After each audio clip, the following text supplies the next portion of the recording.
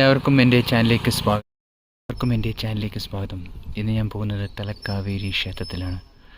മടിക്കേരിയിലെ പുരാതന ക്ഷേത്രമാണ് തലക്കാവേരി. അപ്പോൾ പോകുന്ന വഴിക്കുള്ള മനോഹരമായ കാഴ്ചകളാണ്. മടിക്കേരി ഇഷ്ടംപോലെ നെൽപ്പാടങ്ങളും ഇഷ്ടംപോലെ കൃഷിയൊക്കെ ഉണ്ട്. ഇഞ്ചി, ഏലം അങ്ങനത്തെ കുറേ ഉണ്ട്. മനോഹര കാഴ്ചയാണ്. തലക്കാവേരി ക്ഷേത്രം സ്ഥിതി ചെയ്യുന്നത് മടിക്കേരിയിൽ നിന്ന് 44 കിലോമീറ്റർ ഉണ്ട്. ഒരു ഫോറസ്റ്റിലൂടെ ഒക്കെ പോയിട്ട് വേണം എത്താൻ.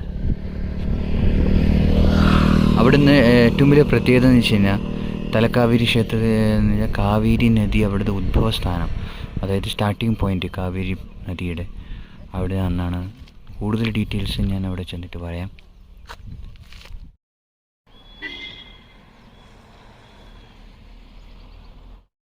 മനോഹരമായ നെൽപ്പാടങ്ങൾ ഇവിടെ ഇഷ്ടം പോലെയുണ്ട്. നമ്മുടെ നാട്ടിലാണ് നെൽപ്പാടങ്ങൾ ഇല്ലാത്തത്. അധികം ഇല്ലാത്തതല്ലേ. ഇവിടെ ഇഷ്ടം പോലെ നെൽപ്പാടങ്ങളുണ്ട്. നമ്മൾ മടിക്കേരിയിലെ രാജാ സീറ്റിൽ നിന്ന് മോളെ കാണുന്നില്ലേ, അവിടെ എവിടെയാണ് അവിടുന്ന് നല്ല വ്യൂ കാണാം. അവിടെ ചില കന്നഡയിലാണ് കൂടുതൽ എഴുതിയത് മറ്റേ. അപ്പോൾ നമുക്ക് ക്ഷേത്രത്തിൽ പോയിട്ട് ബാക്കി കാഴ്ചകൾ കാണാം. തലക്കാവേരി ക്ഷേത്രത്തിലെത്തിയിരിക്കുകയാണ്. ഇത് പാർക്കിംഗ് ഏരിയ ആണ്. കണ്ട ഇഷ്ടംപോലെ ഏരിയ ഉണ്ട്. മെയിൻ ഏരിയ അതാണ്.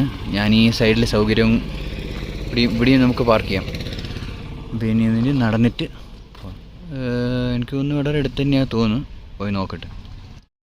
ഇതിൻ്റെ അടുത്തുള്ള വ്യൂ കിട്ടില്ലെന്ന് തന്നെ യാതൊരു സംശയമില്ല. വേണമെങ്കിൽ നമുക്ക് ഓട്ടോ കിട്ടും. കുറേ അറിയില്ല, കുറേ ആൾക്കാർ ഓട്ടോയിലും നടക്കാൻ പറ്റാത്തവരൊക്കെ. തലക്കാവേരി ക്ഷേത്രം തലക്കാവേരി എന്നാണ്. ഉള്ളിൽ പോകുന്നതിന് മുമ്പ് തലക്കാവേരി ക്ഷേത്രത്തിനെ കുറിച്ചുള്ള ചെറിയൊരു ബ്രീഫാണ്. വിക്കിപീഡിയയിൽ നിന്നാണ് സോഴ്സ്. തലക്കാവേരി എന്ന് പറയുന്നത് കോർഗ് ഡിസ്ട്രിക്റ്റിൽ സ്ഥിതി ചെയ്യുന്ന ഒരു ക്ഷേത്രമാണ്. ബ്രഹ്മഗിരി മലനിരകളിലാണ് ഇത് സ്ഥിതി ചെയ്യുന്നത്.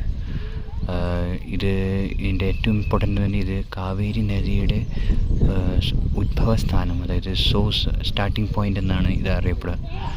ഇത് ഒരുപാട് ഹിന്ദുക്കളുടെ ഒരു പിൽഗ്രിം ക്ഷേത്രമാണ്. ഈ ക്ഷേത്രം ലോർഡ് കാവേരമ്മനെ ഡിവോട്ട് ചെയ്തിരിക്കുകയാണ്. അഗസ്തീശ്വരമായിട്ട് ബന്ധപ്പെട്ടതുണ്ട്. പിന്നെ ഗണേശമായിട്ട് കാവേരമ്മക്ക് ഒരു കഥയുണ്ട്. അപ്പോൾ കൂടുതൽ വിശദീകരണം നമ്മൾ അന്വേഷിച്ച് കണ്ടുപിടിക്കേണ്ടിയിരിക്കുന്നു. അപ്പോൾ നമുക്ക് ഈ ക്ഷേത്രത്തിനുള്ളിലേക്ക് പോകാം. പറഞ്ഞല്ലോ, ഇത് മടിക്കേരിയിലാണ് സ്ഥിതി ചെയ്യുന്നത്. മടിക്കേരിയിൽ നിന്ന് മടിക്കേരി സിറ്റിയില്ല, ടൗണിൽ നിന്ന് 48 കിലോമീറ്റർ ദൂരമുണ്ട്. അപ്പോൾ കുറച്ച് പോകാനുണ്ട്.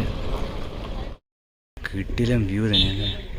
അതായത് ഇവിടുത്തെ ഈ ക്ഷേത്രത്തിൻ്റെ ഒരു പ്രത്യേകത, ചുറ്റും ബ്രഹ്മഗിരി മലനിര. അപ്പോൾ നല്ലൊരു വ്യൂ പോയിൻ്റൊക്കെ ഉണ്ട് അവിടെ. അപ്പോൾ ഇവിടെ ഇപ്പോൾ ബ്ലോക്ക് ചെയ്തിരിക്കും ഇങ്ങോട്ട്. തലക്കാവേരിൻ്റെ എൻട്രൻസ്. ഇവിടെ മുഹൂർത്തം ഒക്കെ പോയി നോക്കണം ഏത് സമയത്താണ്. എൻ്റെ അറിവിൽ 5 മണി വരെ ഉള്ളൂ ഈ ക്ഷേത്രം. കവാടം. ചെരുപ്പ് ആദ്യം ഇവിടെ വെക്കണം, എന്നിട്ട് അനുവദിക്കൂ.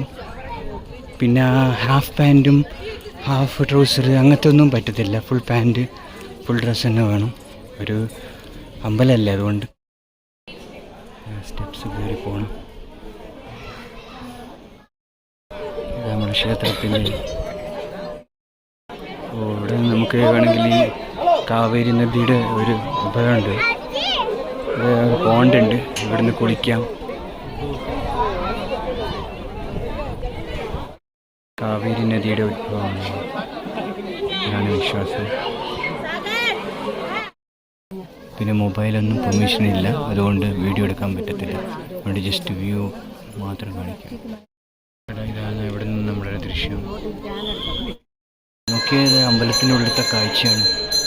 കോടമഞ്ഞിങ്ങനെ നിറഞ്ഞു നിൽക്കുന്നു.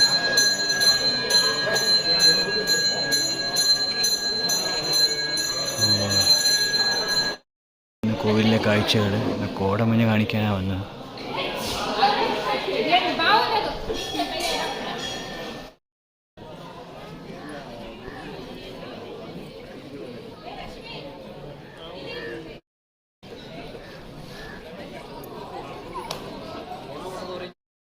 സൂപ്പറുള്ള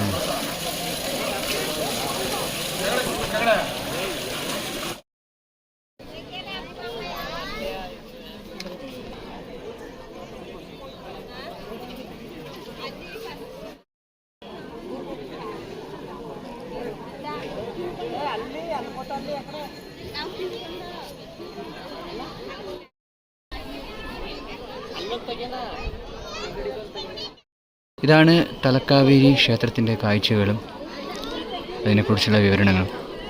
അപ്പോൾ എല്ലാവർക്കും വീഡിയോ ഇഷ്ടപ്പെട്ടെന്ന് കരുതുന്നു. ഇഷ്ടപ്പെട്ടെങ്കിൽ ലൈക്കും ഷെയറും സബ്സ്ക്രൈബും തരാം. ഇനി നല്ലൊരു വീഡിയോ ആയിട്ട് വരാം. ഇതുവരെ ടേക്ക് കെയർ. ബൈ.